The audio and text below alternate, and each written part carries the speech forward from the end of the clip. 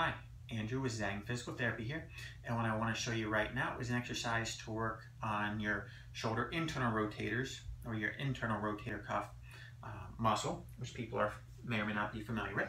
So what we're going to do is we're going to use this TheraBand just like we do with the shoulder external rotation, and again, in this case I have it closed in the door, but a cable column works fine. If you have resistance tubing, it's all the same. So we're going to step out so that I have resistance, and my arm is starting at about 45 degrees pointed away from my body, and the elbow is again at 90 degrees. So from here, I'm going to keep my shoulder blade pulled back so that I maximize the effort of where this exercise is going to work. And I'm going to pull this in at least so that my arm is straight out, and I can even pull in a little bit towards my belly, but my hand will never hit my belly.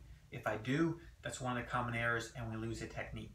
So keeping it all together here, we're just going to keep my shoulder blade squeezed back and rotate in and out until I get a little bit of fatigue in my shoulder muscles.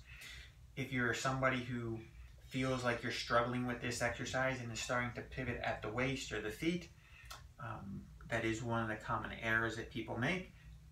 And you just need to stop and reset yourself and focus on technique, because that's what this exercise is all about, the technique.